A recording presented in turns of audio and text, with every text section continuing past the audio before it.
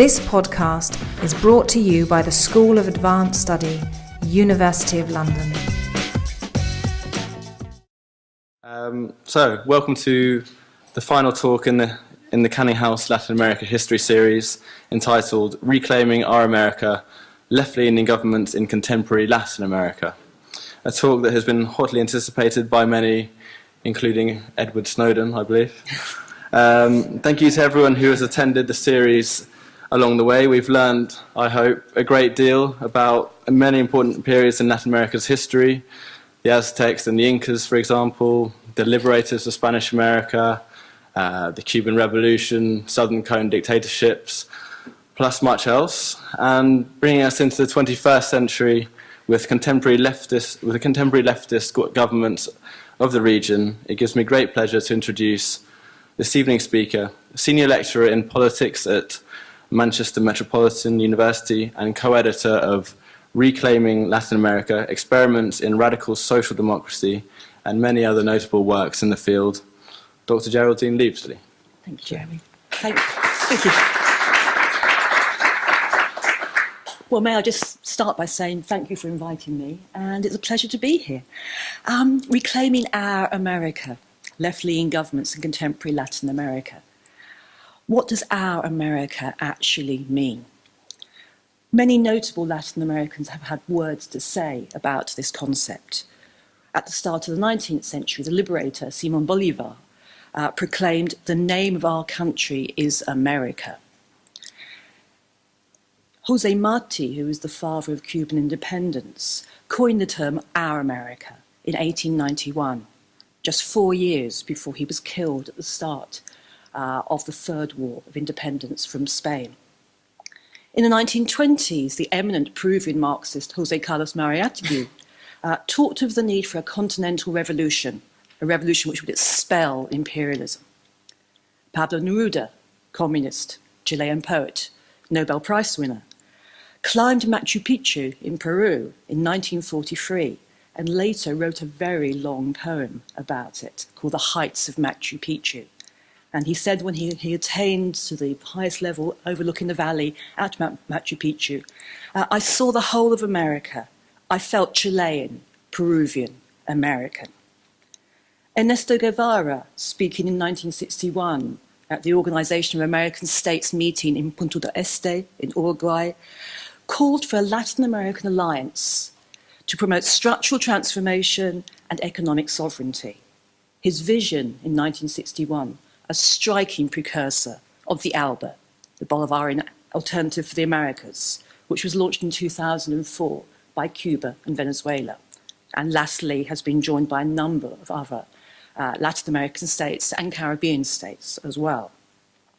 In the 19th and the 20th centuries, many Latin and Central Americans participated in struggles for social justice, for egalitarianism, and for freedom from repression, and many died during those struggles. In the 1990s, many became involved in movements of opposition to neoliberalism and to the privatization schemes which such the economic model introduced. They were also protesting and demonstrating in their tens of thousands throughout the 1990s against US attempts to create free trade areas in the Americas. 1994, the first one was actually created, NAFTA, the North American Free Trade Association, with Canada, the US, and Mexico. In the later 90s, attempts were made to create a Central American Free Trade Association, CAFTA, and then the final one, the big one, attempts by the George W. Bush administration to create the FTAA, the Free Trade Area of the Americas, intended to stretch from Tierra del Fuego to Alaska. CAFTA and the FTTA never happened because of the mobilization by many Latin and Central Americans to these initiatives. The momentum which built up over opposition to neoliberalism provided the critical mass, the dynamism which propelled the left-leaning governments into power. Without those mass mobilizations, we would not have left-leaning governments in Latin America, I would suggest. Now, since the election of Hugo Chavez in 1998 in Venezuela, a succession of Latin and Central American states have elected what came to be known as the left-leaning or the pink tide governments. Hailed by some, despised by others, these governments have introduced, to greater or lesser degree, depending on which country one's talking about, ambitious domestic programs, and they've also programs which have been aimed at social inclusion and popular participation and empowerment, but they've also, as a second string to their bows, sought to create deeper regional integration. As President Lula of Brazil said in 2006, we are a continent in formation. So this is a great vision which reflects those earlier visions of how the Americas could come together. Now this talk, if you excuse me a second, will consider the nature of the domestic and regional policies pursued by these governments, and also consider the opposition to these governments, both domestically and internationally. And we have had successful and non-successful coups d'etats since 1998. We've had a lot of right-wing campaigns of destabilisation and media demonisation of left-leaning governments. However, before we get into the body of the talk, we have a conceptual quandary here. What exactly does left-leaning mean? It's an extremely vague, extremely general term. It could represent all kinds of views.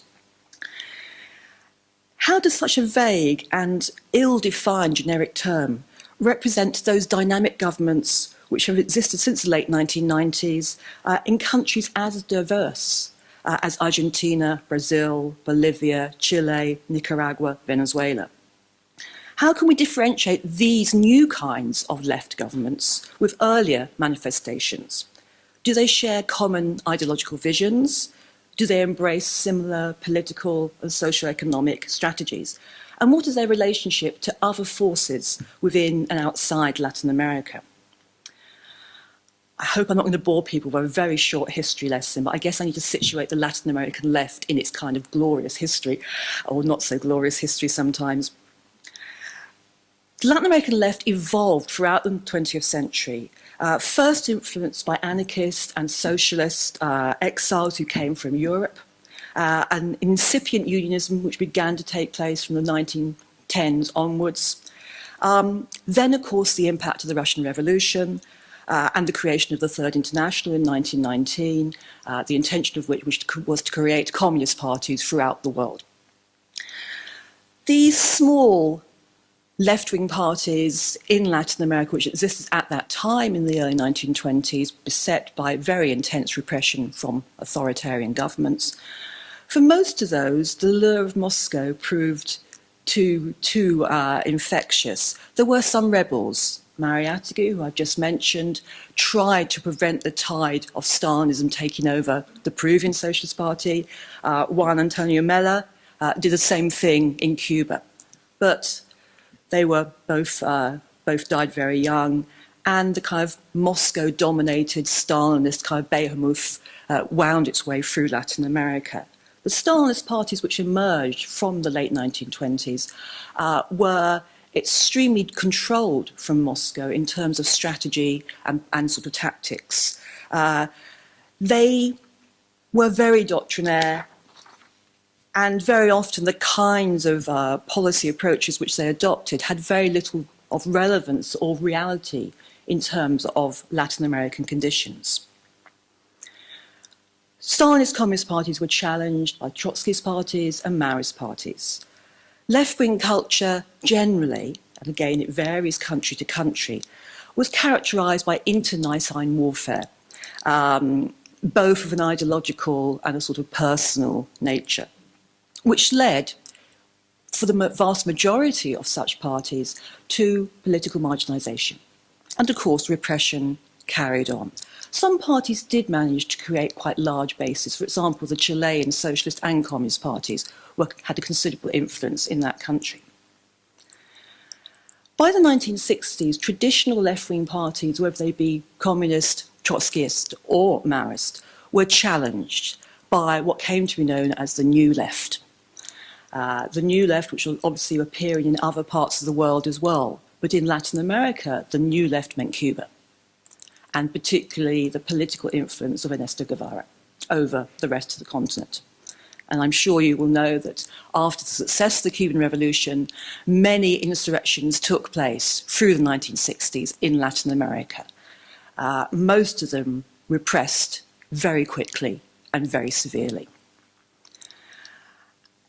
The way that such insurrections were suppressed facilitated the emergence from 1964 onwards, when you had the first military coup in Brazil, of a series of coups which were very much endorsed by the US government, and very much the US government facilitated and helped to finance, orchestrate such events.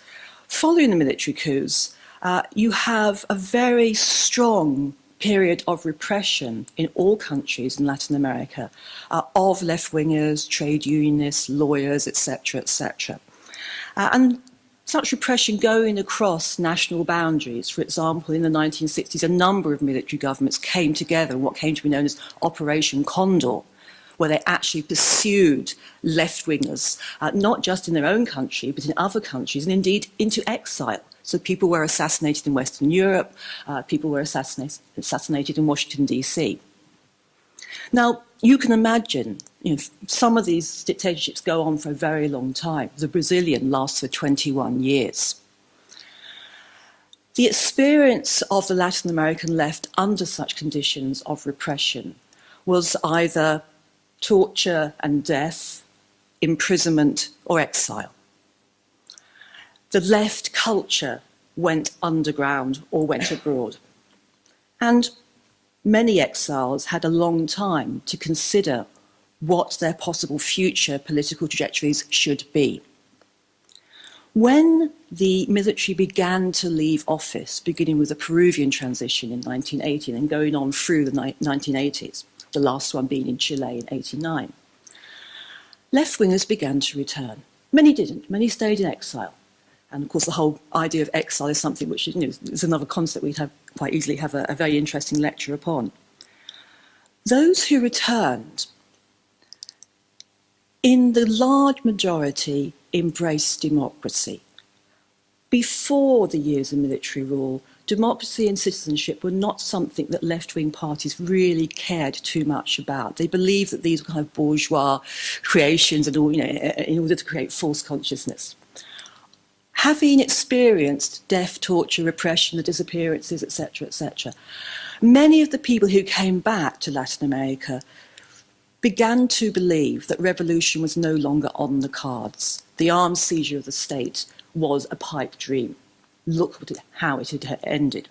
And so you have a very strong movement through the 80s and into the 90s of left-wingers beginning to create or recreate parties and begin to compete in elections. First at the municipal level, and then, as we get towards the end of the 1990s, at the presidential national level. So in a sense, we have a new left repositioning itself after exile. Now, when Hugo Chavez was elected in late 1998, obviously nobody was talking about a left-leaning phenomenon in Latin America. It was seen as perhaps just an exceptional situation. Of course, academics, such as myself, very quickly began to want to define and categorize, as we saw other countries electing similar kinds of politicians, what was happening. It was very, very exciting. Some academics wanted to, and the main prominent name here is a guy called Jorge Castaneda, who wrote a very well-known and influential book in the early 1990s called Utopia Unarmed, about the Latin American left and its future prospects, and then went on, quite ridiculously, to become foreign minister under a very right-wing Mexican government, Vicente Fox's government. Castaneda took, in a number of articles, took to talk about what he called, and still does, the good and the bad lefts. Now, the good lefts were countries he identified as Chile, Brazil, both of them very good. They were, for him, open-minded, reformist, and pro-international cooperation. So essentially, lefts we could work with. Whereas the bad left, and of course you would not be surprised, the bad left was led by Venezuela and Bolivia under the influence of Cuba. The bad left was radical, it was populist, and it didn't want to have any truck with cooperation with the US or Western Europe. Others, such as myself, who wrote a book in 2009 in conjunction with Steve Ludlam at the University of Sheffield, we wanted, and we are not alone in this kind of definition, we wanted to sort of situate the various left-leaning governments along a spectrum of radical social democracy. Certainly we acknowledge that many people who joined such governments, were elected to such governments, were Marxist, but as many were not. What they did want to do was to create transformative policies in order to promote social inclusion and egalitarianism. And we looked at that and thought, well, that sounds to us like radical social democracy. And there are limitations to that, which perhaps we can come back to later on. The left-leaning governments all sang from the same hymn sheet, but some understood the possibilities of change to be far more deep-seated than others. So there is quite a difference between what's gone on in Venezuela and in Bolivia to what's gone on in Chile. And there are historical reasons for that, as well as ideological reasons. So, for example, in Chile, the outgoing dictatorship of Augusto Pinochet created in 1980, it wasn't outgoing in 1980, but it created in 1980 a new constitution for Chile, which essentially created what came to be known as authoritarian enclaves within the state apparatus. And that constitution also gave a very strong role to the armed forces of Chile to intervene should civilian politicians. Pinochet in 80 was already thinking of a time when maybe the military would have to leave power. So he was actually building into the constitution checks and balances to prevent any radical government coming in and enacting radical reform. And that kind of constitutional constraint one can see when we do have left-leaning government in Chile. We can see the effects that had in kind of actually limiting the parameters of what was possible. The ability of left-leaning governments to begin to tackle issues of poverty, eradication, wealth redistribution, land redistribution, educational and cultural development, environmental protection, human rights violations and how you actually dealt with them, and of course issues around gender and sexuality and race. All of these really important policy areas would be, and indeed were, structured by both domestic institutional, political and economic factors and the international context in which Latin America was going into the new 21st century. Another very fundamental concern, and one which has been very problematic since 1998, was how would these new style left governments re-envisage and restructure their relationship with civil society. The old left, and very often the new left of the 60s, had tended to look at the masses, and that was a word which was always used, as being, to be directed, to be told. So it was a very hierarchical approach. Not everybody, but that was certainly the norm. Clearly, the new left-leaning governments had got into power because of popular mobilisation. And they needed, if they were going to remain in power, they needed that support to be maintained. So they had to, and indeed many of them were very much inclined to this in principle anyway, they had to try to encourage greater participation in decision-making by the popular sectors. And there has been very positive things coming out of that approach and also some negative ones as well. Left-leaning governments, let's see who they were to begin with, I suppose. Left-leaning governments were elected in Brazil in 2002 and 2006, Luiz Inácio Lula da Silva, and in 2010 by Dilma Rousseff. In Argentina in 2003, and then 2007 and 2011, Nestor Kirchner, and then subsequently his wife, Cristina Fernández de Kirchner. In Uruguay in 2004, in 2005 and 2009 in Bolivia, Evo Morales, in Guatemala, in Nicaragua, in Paraguay, in Honduras. In Chile, the Socialist Party entered into a coalition government with the Christian Democratic Party in 1989. But subsequently, two socialists, first Ricardo Lagos and then Michelle Bachelet, were elected presidents in 2000 and 2005, respectively. So this is quite a momentum building up. Of course, there are countries where we do not have left-leaning governments, and we can't forget that, particularly as they're significant countries, Colombia, Mexico, Peru. There were also, apart from all these kind of achievements, there have been defeats and setbacks. Manuel Zelaya of Honduras was overthrown in a coup in 2009. Hugo Chavez himself was briefly, a couple of days, overthrown by a coup in 2002, whilst Rafael Correa of Ecuador faced down a military challenge in 2010. Fernando Lugo, who was the president of Paraguay, was removed from office in 2012, last year, by an unconstitutional impeachment process within the Paraguayan Congress. Hugo Chavez, of course, as you all know, died this March, but his successor, Nicolas Maduro, has committed his government to continuing what the Venezuelans like to call the Bolivarian revolution. All left-leaning governments have had to face domestic opposition. And in some countries, that opposition has not just been a matter of marches and demonstrations and sort of political proclamations. It's about being political violence on the streets. Perhaps the most significant example of this took place in Bolivia after the inauguration of Evo Morales in 2006, and then ongoing for the next couple of years. 4 departments who came to be known collectively as the Media Luna, the half-moon departments, Santa Cruz, Beni, Tarija, and Pando, began a process of destabilization. They began to demand autonomy from Bolivia. They wanted their own independence. And they received a considerable degree of support from the US government with respect to this. Why did they want to leave the Republic of Bolivia? Well, a number of reasons. Where the 4 departments are, it's got the highest intensity of gas and oil deposits in Bolivia. The government of Evo Morales, himself of indigenous origin, his family had been alpaca herders in the high Andes. His government was committed to combating racism in Bolivia. And the Media Luna departments did not like the idea of indigenous peoples rising to become president or rising to kind of political influence within the state.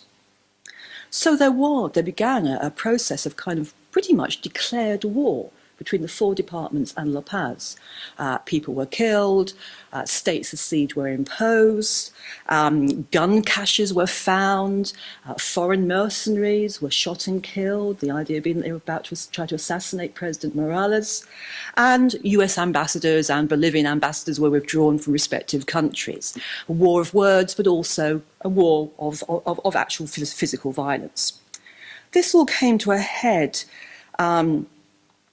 when a massacre took place in the department of Pando of some 40 peasants, and it was felt that somehow the right wing had overplayed its hand and needed to kind of rein itself in.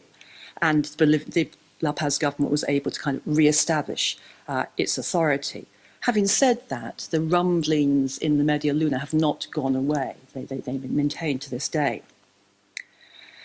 It's not only conservative forces who have come to blows with left-leaning government, and then blows is perhaps a little bit too strong a term. There have been strikes, mobilizations, protests in all countries. These have varied from the Mapuche in Chile, demanding regional autonomy and respect for their cultural traditions. There was an enormous confrontation between the Bolivian state and a large number of popular sectors in 2011, when the government wanted to build a road across a nature reserve, which also happened to be home to many indigenous communities. And there were sort of clashes between the Bolivian police and army and protesters. That road reflects, that kind of protest about the road reflects a really important question. if you are elected, not wholly, but in the main, by popular groups, how then, when you constitute a state, do you represent the interests of those groups? And popular groups don't always have the same interests or the same objectives. So when this road idea was mooted, it was supported by the cocoa growers, who are very active in that area, and by peasant farmers. A road represented both of those groups, modernity, communications with the outside world. Whereas the indigenous communities saw this as the road as being a challenge to their way of life and their ability to maintain environmental security within their lands. The Morales government's first response was to resort to repression. It was then forced to negotiate and agreed to withdraw the proposal, although the proposal in some shape or form keeps popping up again. It's not been a permanent resolution to the issue. There have also been problems with the transparency and fears that left-leaning governments, who very often receive very high electoral mandates, that they have exhibited traces of authoritarianism themselves. There have been lots of claims of cronyism, particularly the Kirchners in Argentina, who, prior to Nestor's death, lived an extremely lavish lifestyle and governed with a very, and Cristina still does, governed with a very small group of sort of familiars, family and friends. In Nicaragua, Daniel Ortega and his wife, Rosario, have also been accused of high levels of corruption and of disregarding the sort of popular will. Corruption, there have been many instances of this. It's quite a small scale, but the largest one occurred in Brazil in 2005-06, when very high-ranking members of the governing Workers' Party, the PT, were accused and indeed were indeed guilty of buying votes in Congress in order to the PT did not have a majority in Congress. Therefore, in order to get policies passed, votes, money changed hands, and people were bought. This led to both the party's chief of staff and its president being forced to resign, and legal proceedings then proceeded.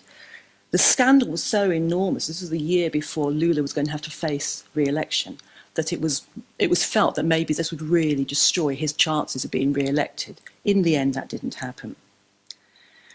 As late as last year, in the presidential election in 2012 in Venezuela, there was much rumbling from within Chavez's own governing party, the United Socialist Party of Venezuela, of a sort of top-down approach, of party activists feeling that their views were not being represented, of candidates being imposed from above. And many of the political leaders, Chavez included, promised that they would clean up their act and they would allow greater democratization to take place within the party. Now, so far, I've been painting a rather negative view of what's happened, and one should never ignore these very fundamental problems. Some of these problems, I think, can be explained, others less easily. What you have in having these left-leaning governments is you have a whole generation of people getting involved in governing their country who do not come from the political class. They're not expected to be in that position. And so one can talk about lack of knowledge, lack of preparation, mistakes being made, etc., etc. And I don't think that's at all surprising. In a sense, one can condone that. Another mitigating factor is the fact that the enormity of the problems these incoming left-leaning governments faced, how would you try to resolve problems of deprivation and poverty, etc., within the scope of a 4 or 5 year presidential term? These are things which will take decades and decades to work themselves out. The problem, of course, is, and this is the old chestnut, the idea of rising expectations. A left-leaning government was elected into power, and the people who voted for it, who, many of whom are very poor, want things to change, and they want things to change like last week. So it's very difficult to be patient. And we'll come back to this at the end. But let me just be a bit more upbeat. What have they achieved? All of the governments have been concerned with social justice, and clearly that's a very complex term. They've made the alleviation of the privations experienced by the poorest in their countries for decades and decades, I suppose we could say centuries, a priority. Decades of neoliberal economics made the poor poorer, impoverished the working class, made the middle class poorer. All countries have introduced some forms of social assistance programs targeted at the poorest. And they've also introduced programs targeted at literacy, expanding education, providing sort of welfare and health. The most famous of all the kind of social assistance schemes took place in Brazil, the Bolsa Familia, which is a strange thing. The family stipend is a really strange translation, but it's like the family purse, I suppose. And this model has been emulated in many countries, not just in Latin America. It's kind of gone international, if you like. It's a very simple idea. You pay small monthly payments to the poorest families, provided their children go to school and are vaccinated. Very small amounts of money by our standards, but giving people a little leg up, which you can then build on and build on. Its supporters say that such schemes provide the lifeline, the platform on which to plot one's own sort of economic empowerment. The supporters would also say that it's been particularly key to encouraging parents to send girls to school, which is obviously a very, very important need. Its detractors say that it's created a dependency culture and that such schemes, both in Brazil and elsewhere in Latin America, have been far too expensive. Governments have also, in no sort of order here, introduced universal pensions for those over 60. They've initiated social housing programs. They've encouraged the growth of cooperatives in the countryside. They've all been, again, to a greater or lesser degree, keen to end discrimination based upon gender, sexuality or race, although those discriminations still play very important roles in Latin American society. Governments have tried, again, to greater or lesser success, to promote participatory democracy, to decentralise political and economic decision-making, and also to have committed themselves to political transparency and accountability, although that hasn't always worked.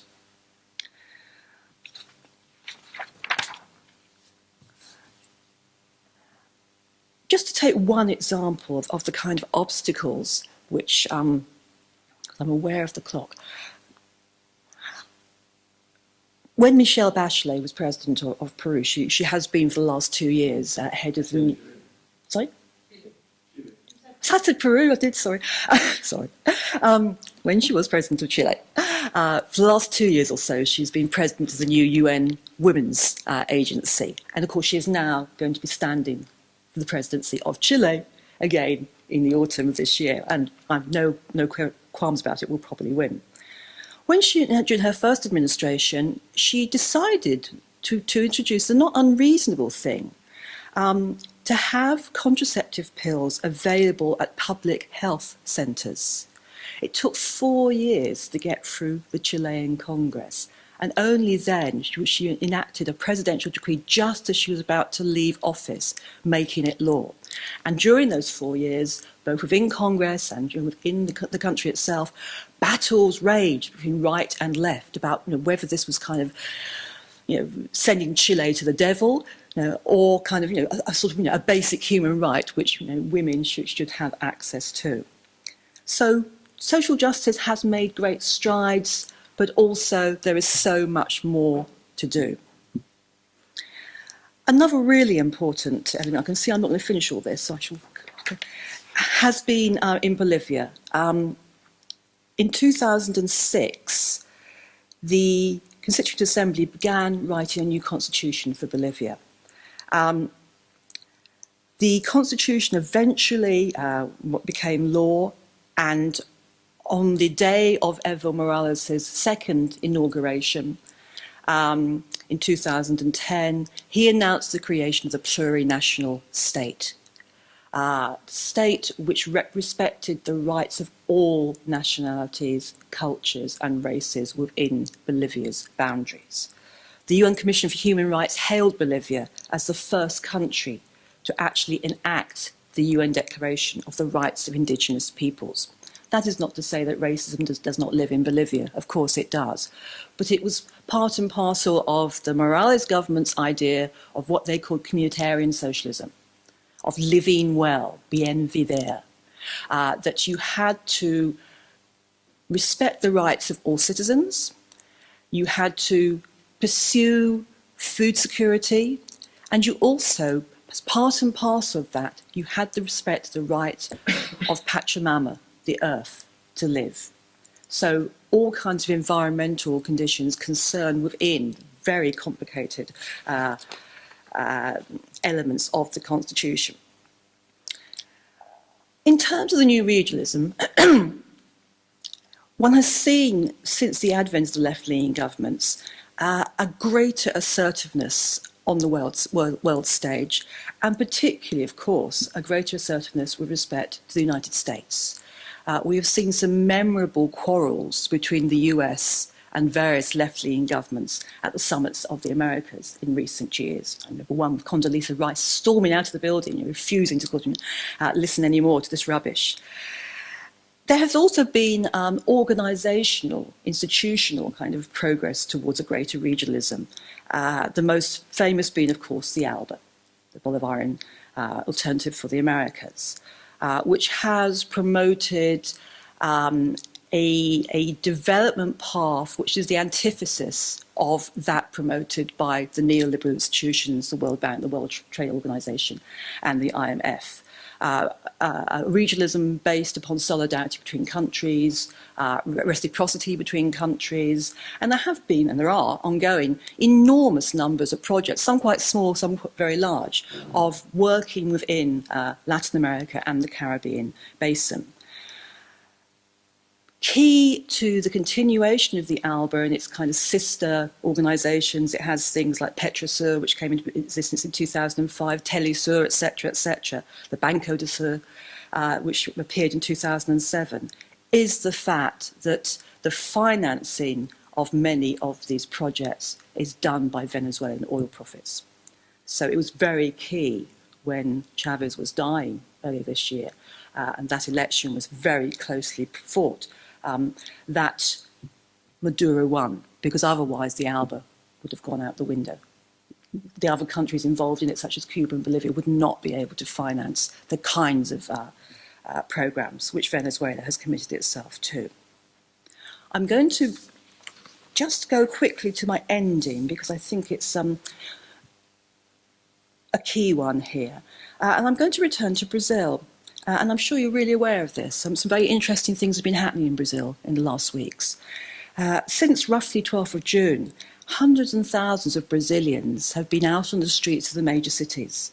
The largest mobilizations since 1992, when the then president, Fernando Collor de Mello, was forced from office because he was responsible for enormous, massive embezzlement of state funds. The demonstrations over the last few weeks was sparked by a rise in bus fares. But they reflect some very deep-seated concerns by many Brazilians. A broken transport system, insecurity, rising crime, and this is the one which has got everyone really annoyed, the mega investment going on in terms of the World Cup and the Olympics. The Dilma Rousseff government quickly caved in on the bus fares. The hike went away. And she even publicly praised the protesters for what she said showed the energy of our democracy, which is quite new for a government to actually support protesters against one of its policies. This did not prevent police responding to these demonstrations with rubber bullets and beatings. This is a left-leaning government, allowing that to happen. A very unpleasant reminder of the days of military dictatorship, in which many Brazilians will very, very quickly take note of. However, protests, although the price rises did not continue, the protests have continued. Even Brazilian footballers began to lend their voices. Not Pelé. Pelé found himself roundly condemned when he said that the football should do the talking. And that was not a thing which was very much supported by many people. Even last Sunday, outside the Maracanã Stadium, when Brazil beat Spain 3-0, yes, there were huge protests. Now, given the depth of passion which we all know Brazilians have for football, something is happening here which is serious. There is a presidential election next year, and under this point, the Rousseff government candidacy was she looked like it was going to be a shoo-in for her. It may not be the case now. And of course, we can't, and I'm not in the business of predicting what's going to happen in the next weeks and months. No good political scientist would ever do that. But clearly, something is happening. Now, the bulk of the protests, as one can see at these demonstrations, seem to be young. They seem to be middle class. One would imagine that many of them are university educated. Groups from which the PT draws many voters. But if the protests move to the favelas, where the sort of large PT support is, this will become an even more major problem for this left-leaning government. It may be that poor Brazilians are too busy surviving to take part in such protests, but we have seen over the last week demonstrations emanating from the favelas. And they have their own issues, apart from poverty, etc., etc. Because, of course, in terms of the lead-up to the World Cup next year and the Olympics in 2016, many favelas have been pacified, which is a lovely euphemism for being forcibly cleared and removed somewhere else so tourists can't see them. We had all this debate when the Olympics came to the UK. New roads are being built, new infrastructure is being built for the sports events. Events which the poor, and indeed many other Brazilians, will not be able to afford to attend. In a sense, the PT is the victim of its own success. It has been estimated that in its 10 years in power, 40 million people, of course statistics can always be massaged, but 40 million, give or take, have risen to the lower middle class from poverty. And millions more have had access for the first time to higher education and further education. Unemployment stands at a record low.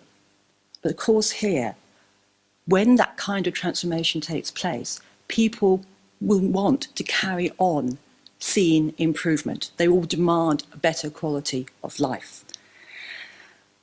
It has been a very interesting period the last few days where we see on one side these massive protests, very critical of what the government has not done. The President herself in very late June promising a referendum on political reform, promising tighter penalties for corruption, better public transport, better education and health systems. At the same time, this left-leaning government allowing its expenditure on these two sporting events to run totally out of control. It's been estimated that FIFA will actually make a $4 billion profit from the Brazilian World Cup, tax-free, while the Brazilian government will spend around, this figure will probably rise and rise and rise, but will spend around $13 billion on first the World Cup and then another $13 billion on the Olympics. So the two sort of sides of the Brazilian reality at this moment really do not fit at all, and it may be that commitment to holding these world events will possibly lead to the downfall of the left-leaning government of Brazil. I certainly hope not, but I think they've made a very poor strategic decision to hold these events. Brazil has other things it needs to be spending its money on. That's the end of a rather truncated talk. Oh, thank you very much. Well, thank you very much for that informative and thought-provoking talk. I'll ask Pilar to come up and handle the roving mic. We've got plenty of time for questions, so... Open up to the audience. Yes?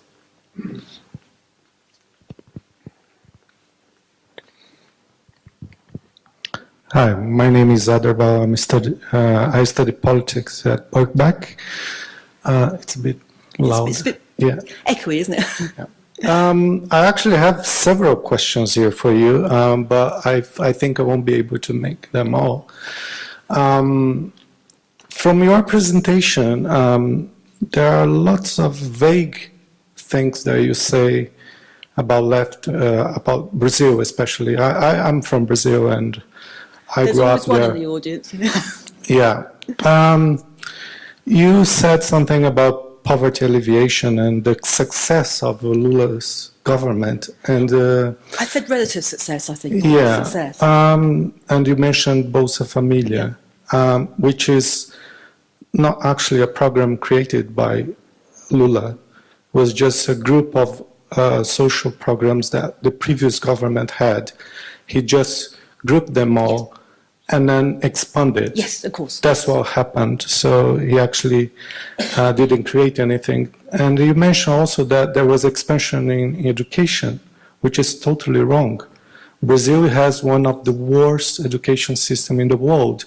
And during Lula's term, Brazil actually dropped down 2 positions. It did. Yeah. The healthcare has also gone down, and the investment in healthcare in Brazil dropped as well during Lula's terms. I think perhaps what the mistake I've made there is I was actually trying to give you an overview of social justice initiatives. Yeah, but if you ascribe these, achievements to his government, I think they are not accurate actually, and if there is any success, I don't think is based on these achievements. And this is my opinion. But I want to ask you about the role of the world economy, because the very success of Brazil and Venezuela, happened during the commodity boom, and which, favored those countries to have resources, financial resources to afford these programs.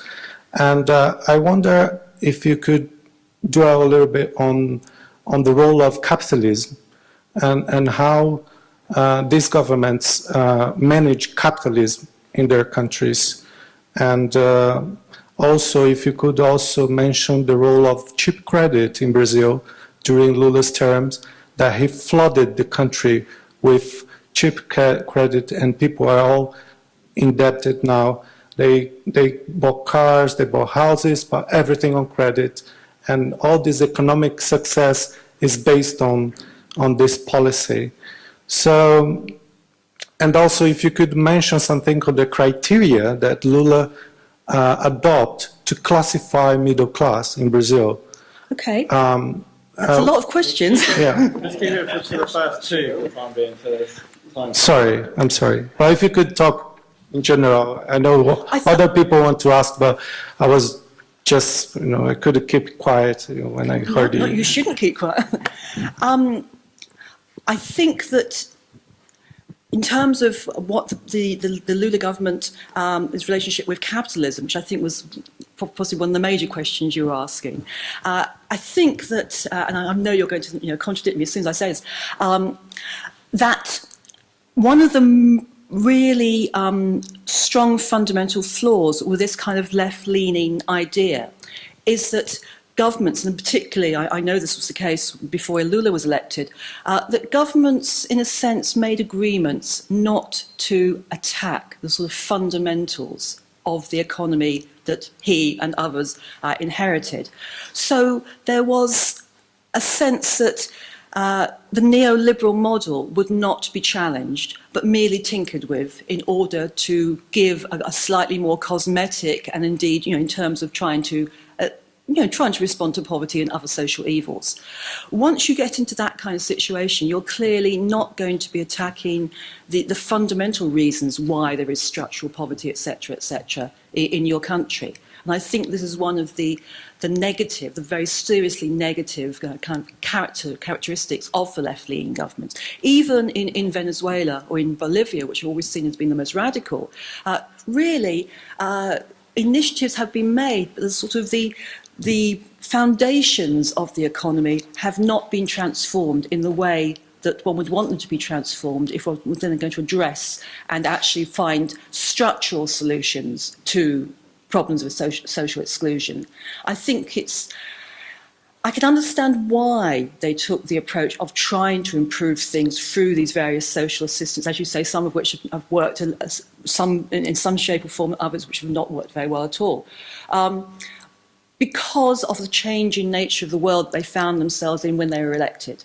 There was no way that a left-leaning government was going to come in and start taking over massive amounts of the economy, attacking the sort of, the capitalist class, the industrialists, the bankers, etc., etc. The US would not have stood for it, and many people within their own countries would not have stood for this. So what I think Lula and the Chileans as well, and the Kirchners as well, tried to do was to kind of chip away at things rather than addressing the kind of the fundamental evils.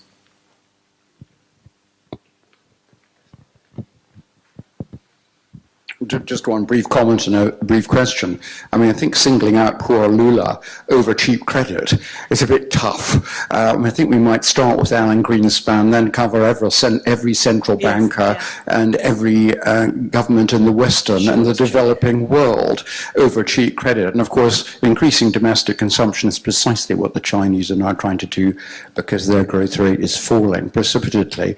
The main question really is about Argentina, about which you didn't say terribly much. And obviously, Christina Kirchner, I mean, I would think she's economically illiterate. I'm not quite sure Nesta was that much better. Yeah. But what amazes me is here we have a situation where she's sacking the central bank governor, she's raiding pensions funds, she's protectionist, she can't borrow money because of the default many years ago. Inflation now is, I mean, she could enter it for the Booker Prize for fiction. The Economist several months ago, it's never done this before, actually said they're stopping publishing any statistics from Argentina because they're total fiction. Why on earth are the Argentinians still putting up with her? Why isn't a helicopter on top of the Casa Rosada taking her into exile? I haven't got an answer to that.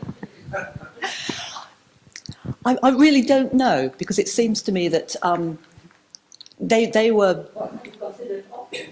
Sorry? No, I'm asking the gentleman whether you considered options. Who would be the option for you in Argentina? And almost anybody. I'll local government. Why not? She's a pit. Well, that's your view. Well, it's a universal view. No, that's because mine is different. Order, sorry. You've got an answer to the question. I'm not an Argentinian expert, but obviously no, the lady is, so please. Obviously shows a very personal view. I lived in Argentina for part of the year over the past 6-7 years. And yes, I'm puzzled by popularity of Kirchner's, but I do understand because it's all relative. It's all relative. How do you compare what is today with what was in the past? And the trouble is that, of course, what goes back to the gentleman's question here, that how can you change the system, economic system, when you depend, there is no country in the world which can introduce and make the changes necessary socially and economically without the help of international capital. The international capital is holding everyone hostage and does not permit certain changes. I'm also a former banker, and I know how... Glad you're not mine. It's totally impossible to change dramatically. So the problem, of course, will always exist, that it is tampering with the system rather than changing the system.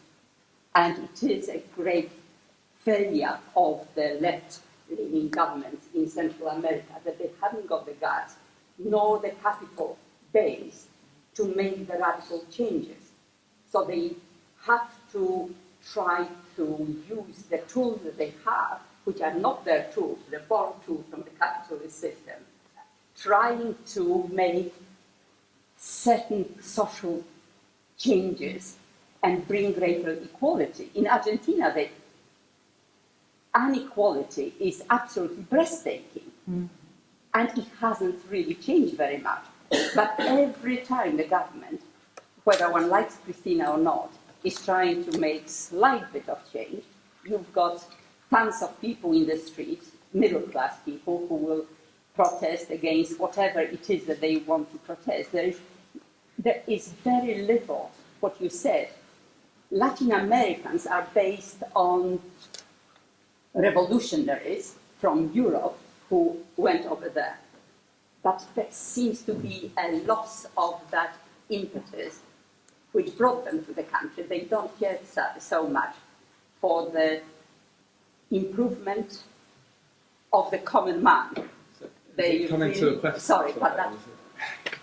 Well, if there isn't, have you got anything to comment on? No, I think that's... Well, we've got a question, sorry, here with the gentleman. Thank you. I think one of the problems perhaps you've had in trying to give us a resume of left-leaning governments in just 45 minutes is that you've had to fall into the trap that so many analysts do of giving Latin America a greater similarity than it actually possesses. I mean, it seems to me that to talk about left-leaning governments in Latin America and to suggest that there is something fundamentally in common between, say, the government of Lagos in Chile and the government of Chavez in Venezuela, I think is actually misleading, because while you're absolutely right that the governments in Chile, the democratic governments since 1990, have accepted what you might choose to call a neoliberal model. Others might call it just a market-based model, and have worked with that, but have concentrated on social programs. That's very different from Venezuela, where there were widespread nationalizations, invasions of land. We then had exchange controls, which I don't think is a neoliberal model. We then had price fixing, which again has nothing to do with neoliberalism. It seems to me that Chavez's approach was totally different from that of Lagos. But the funny thing is, isn't it, that much as I love Chavez, and I genuinely did, he hasn't achieved what Chile achieved. The point is that in Chile, as you know, there are now virtually no shantytowns, and levels of poverty have fallen dramatically. In Venezuela, levels of poverty have fallen, but it's not clear to what extent it's sustainable, and there are still plenty of shantytowns. How do you, would you agree that one can't actually talk very easily about left-leaning governments? I was hoping I was trying to get that point across, actually, but I mean, as you say, in 45 minutes, I was generalising. Yes, quite. Mea culpa for generalising. I mean, you have to have a book with chapters on Chavez, Robert, and so on. And in fact, it's almost as illuminating to highlight the differences, isn't it, as to highlight the similarities. I'll just ask you to keep the comments brief and lead more quickly to the questions. Sorry, the gentleman just there. Thank you. First of all, I want to say thank you to Dr. Geraldine for the important contributions and the valuable information of this lecture. Well, my name is Sergio. I'm Peruvian. I'm actually an economist working in London at the moment. A brief comment about the situation in Argentina. Well, I have some latest figures from Argentina. The people living in poverty, figures 2011, 8% compared to almost 57% in 2002. So that means that actually has been an improvement on the situation. Just a comment in the sense that economic growth or well-being is not only measured by GDP or exchange rate, it's measured by social inclusion. So, and that's also... Well, of course, yes, inflation, exchange rate, GDP, well, inflation is high at the moment, but if you think about it in social inclusion, the people of rates of inequality have dramatically decreased in Argentina and some countries in Latin America. And my comment is this, or my question. The definition of left-leaning governments in Latin America it has always been on these social benefits, benefits for the poor, benefits for families, concepts like, for example, I observe here in the UK. If we see in the UK, for example, benefits for the unemployed, benefits for single moms, social housing, they are not categorized as a left public policies. However, these type of policies that the governments are applying in Latin America are categorized as a very left winning policies. That's, how would we compare these policies here in Europe, most Western countries, but actually we can call left policies as well, but they don't have this category of left winning governments. Yeah, I mean, I think that one wrestles with this definition of left-leaning, and I think even if I use the label that, I would describe them as radical social democratic, and then if we can compare them with sort of social democratic governments that we know of in Western Europe's history, that there really is no comparison. I think that left-leaning, because for the first time, and I do take note of the disparities and the diversity of the countries we're talking about. Of course I do. But for the first time, one could see a trend. It might not have been a very kind of coherent or coordinated trend, but a trend where governments across the region were actually trying to do something of a serious nature about poverty, etc. And that can only be a good thing. So that's, in a sense, left-leaning, because there isn't really a word to describe them. Critics will call them populist. But I mean, actually, I'm not sure that populist is such a bad label to give to people. It means that you care for the people. And so much of Latin American's history has been governments not actually showing that kind of social commitment, but governments being committed to furthering the interests of elites, both domestic and foreign. So I think there has been some kind of sea change, but certainly not a holistic one. In that sense, I think they are to be applauded. But yes, I do take the point about generalisation as well. It's a very sound one.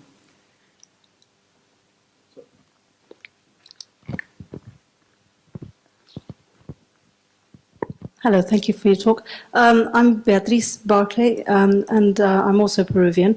I was just quite curious that you seem to not categorize Peru as a left-leaning government. Well, I was going to talk about Ollanta Humala, but I ran out of time. Humala? Because I don't think he is. You don't think so? I think that when he was, and obviously you know much more about this than I do, but when he was elected, one had the expectation, because of things he said during the electoral campaign, that he was going to situate himself, within the kind of left-leaning group. But since his government has been in existence, I've seen, an enormous amount of sort of social mobilisation in Peru. The government really not responding to many protests about, for example, the activities of logging, mining companies, etc., etc.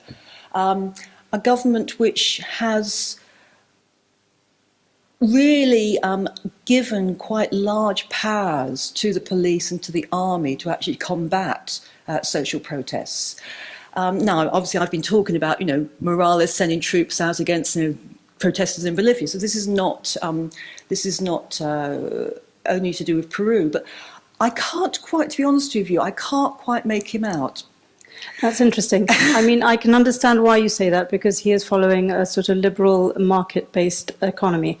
However, the thing is with Peru, certainly I travel quite frequently to Peru, is that at every level and every region, the middle class has grown tremendously over the last decade, and in fact the rate of poverty has plummeted. In the last couple of years, it's been going in a nosedive.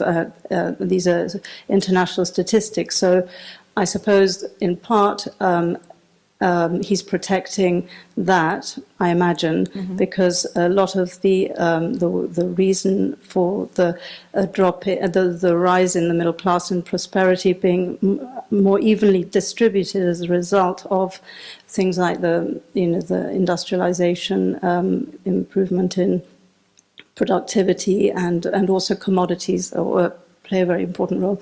But it's interesting that you think that he's not. Well, time will tell. Yes, of course. Yeah. Gentleman in blue shirt behind. Thanks very much. My name is Roberto. I'm from Ecuador. Obviously, I understand, as you said, in 45 minutes, such a tremendous deep discussion can be resolved. Well, I'd like to start with just a quick comment. What traditionally we had in Latin America is what we call the caudillos, populist leaders. They started in Ayatollah in Peru, for example. He was one of Perón in Argentina. We do believe there's been tremendous contradictions recently what has happened in Latin America. One of the most loved political leaders in Latin America and around the world, Chavez, comes from a military background, which was unthinkable in the years in the 70s, 80s, when the military dictatorships were killing and disappearing people. As a consequence of that, so many of Latin Americans came as exiles to live in Europe and the rest of the world. And also other political leaders, like in Ecuador, President Correa comes from a middle class, upper middle class, and so on. For me, for us in Latin America, it still exists. Still, we believe in the political revolutionary change, because we do think these political leaders are just standing there for a populist ambition, the power, and consolidate the elite government. The structures in the government hasn't changed. The military hasn't changed.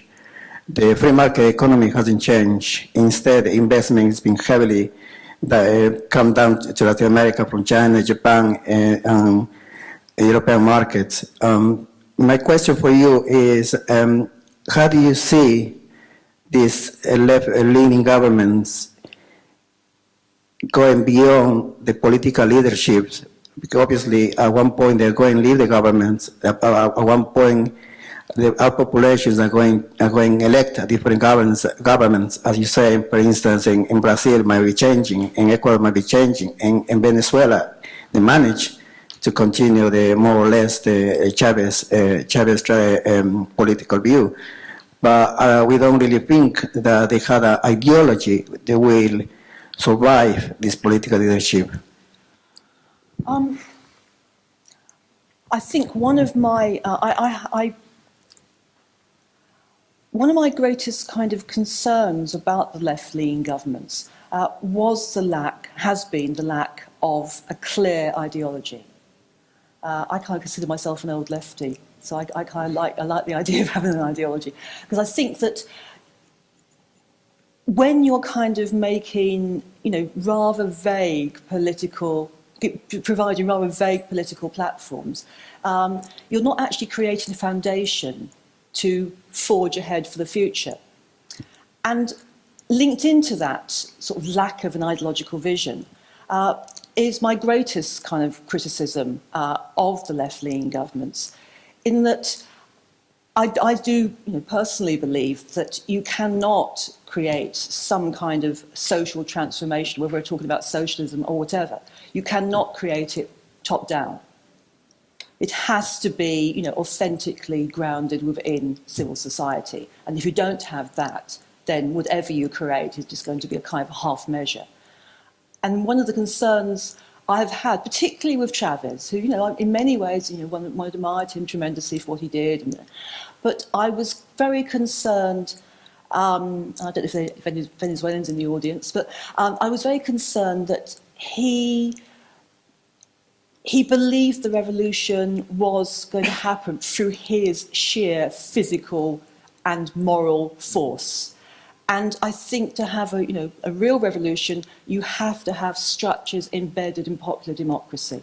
And without that, you're going to have, the Codillo kind of approach to politics. And very often I felt he was kind of quite guilty of that. So in terms of the future, to be honest with you, I don't have a great deal of hope in what's going to happen in the future. for various constraints which other people have made sort of statements about today, that there are so many structural reasons why social transformation won't take place in Latin America, both domestic and international, but also because there isn't a vision of actually what this structural transformation should look like. And also there has not been, I think, enough commitment to a bottom-up approach towards politics. And until such times as that happens, and now when you see such situations where social groups are getting into conflict with left-leaning governments, this is very, very worrying. Because where will this end? This is something which you don't expect, a left-wing government to actually get involved in. In fact, the political, traditional left-wing political parties in Latin America, they don't support government. No. And you know why, because obviously their file, whatever file was left, which wasn't very much, to be honest with you, was taken by, Chavez, etc. And so there's been a lot of kind of political falling out within many countries with respect to traditional lefts. And of course, but they are very small. Their influence is extremely small these days. Okay, we've got time for 2 more questions. This lady just there. Sorry about my voice. My name is Elia Lopez. I'm Chilena. First of all, I would like to say that Ricardo Lagos, the so-called socialist president in Chile, was not really, cannot be compared to any other. He endorsed Pinochet constitution in 2005. He signed it.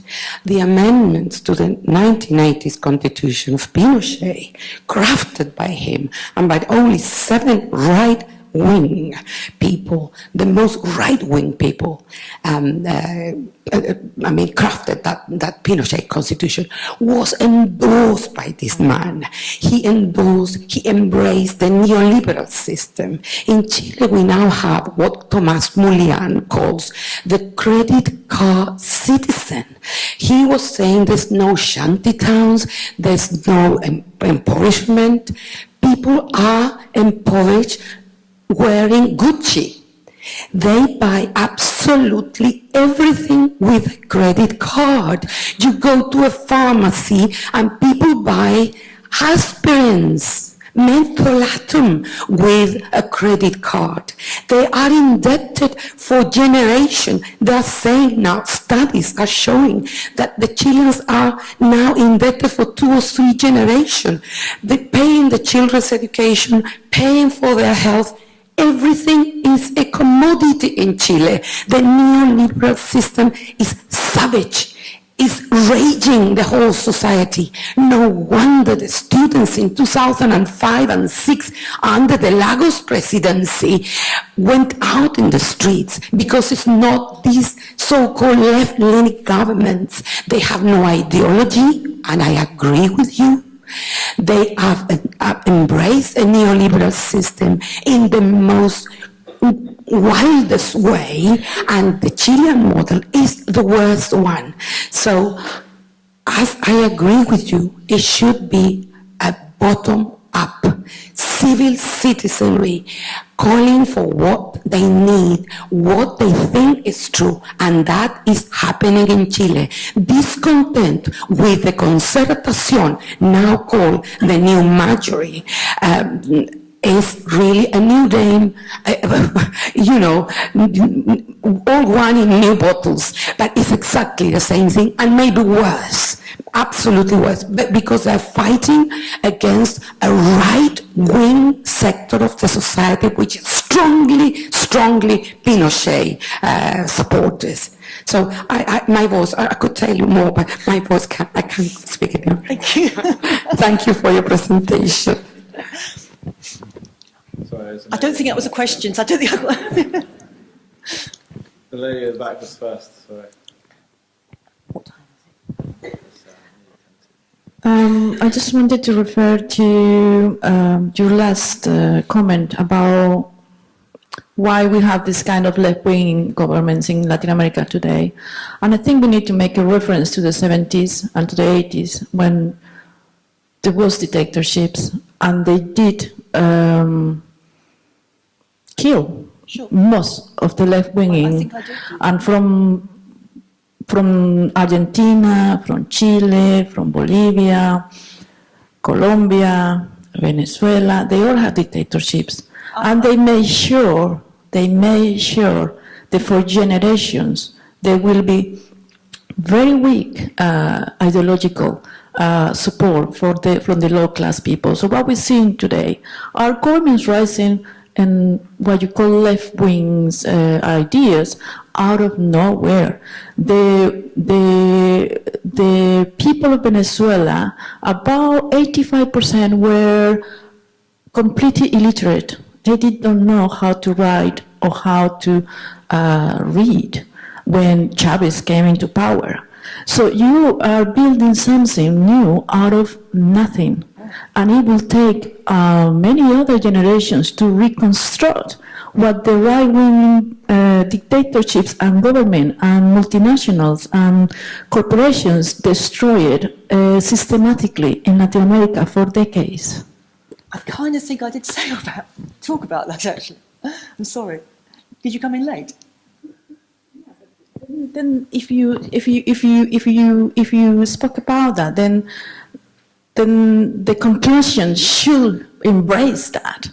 The conclusions you are giving should embrace that and reflect on that thought, because just saying plain that they do not have any ideological stand, and that is a problem, and you are right.